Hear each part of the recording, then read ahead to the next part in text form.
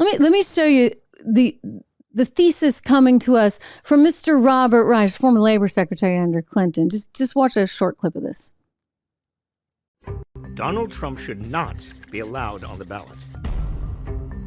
Section 3 of the 14th Amendment prohibits anyone who has held public office and taken an oath to protect the Constitution from holding office again if they, quote, have engaged in insurrection against the United States.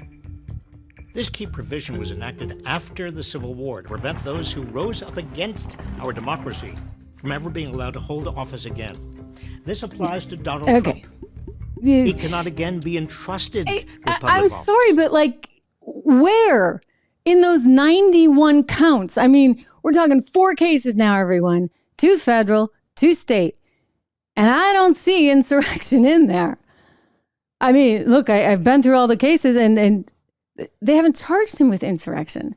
So where are you getting the 14th Amendment stuff? And the reason this is going to get really complicated, keep in mind, is you may have certain states that say, oh yeah, we're going to go forward with this. And you're going to have different lawsuits and they're going to say, okay, well, he can't be on the ballot here.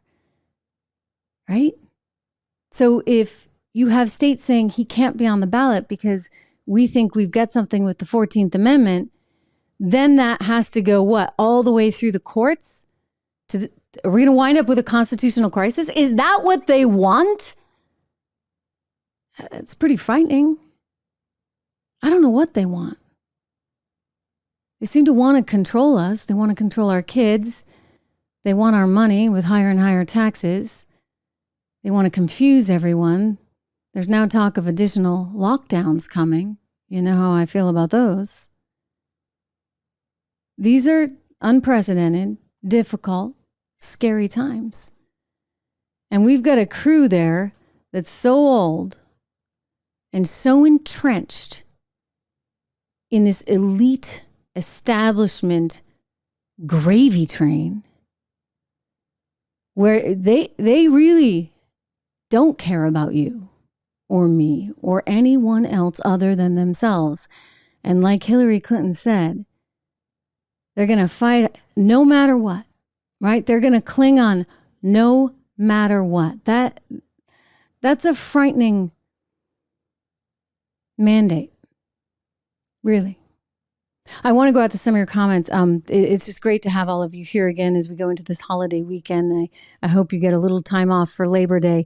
But anyway, I see, yeah, I think a lot of you do agree with me.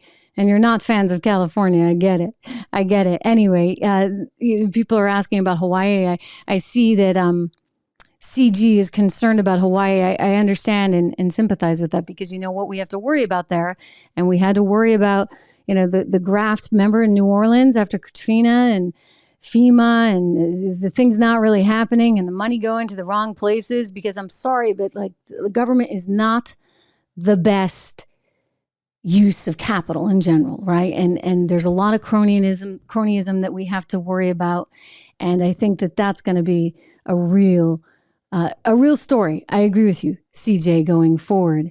Mark is worried about, well, what we're all worried about. I see that, Mark Johnson, because it looks like there's going to be some developments. I mean, I don't want to go too far out on the limb on this story. I'm just going to say that. I think that we are seeing some lockdowns around the country and they're worried about the new variant, et cetera. And there's lots of talk of, okay, we're going to have to go back to masks and this and that. And there's a lot of people very fearful that this is very intentional. They're trying to get the population sort of used to this so that next fall they can do it again. And then, everybody has to stay home and have mail-in ballots and blah, blah, blah. Well, I don't think, but again, I'm just using my New Hampshire common sense here. I don't think that's a strategy that works because I think people got really angry with those lockdowns. And they got really angry being told they had to wear masks all the time and they couldn't go somewhere without proof of the vaccination.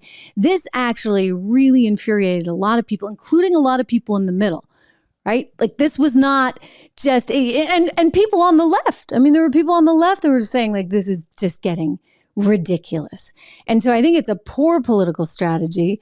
But if the conspiracy theorists, are true, or have any leg to stand on here, then that would be pretty alarming. Like, would they actually try and do? I certainly hope not. I think politically it should be a disastrous strategy, but you never know, right? With these people, you really don't. I would be shocked. I'm happy to eat my word. Well, I'm not happy to eat my words on this. Let me tell you, I would be really surprised if they actually did that to us this fall, because I think the political backlash would be massive, like nothing they have seen. Nothing they have seen. But these are people who seem to be willing to take a lot on. And as I said, be willing to put us into some kind of constitutional crisis if need be. Hey everyone, Trish Regan here. If you enjoyed that clip, please do me the favor of subscribing to the channel. Just hit that little subscribe button right over there. Did I do that right? Not quite, but you know where it is. Subscribe to the channel, hit the bell so that you get the alerts, and I'll see you back on the show.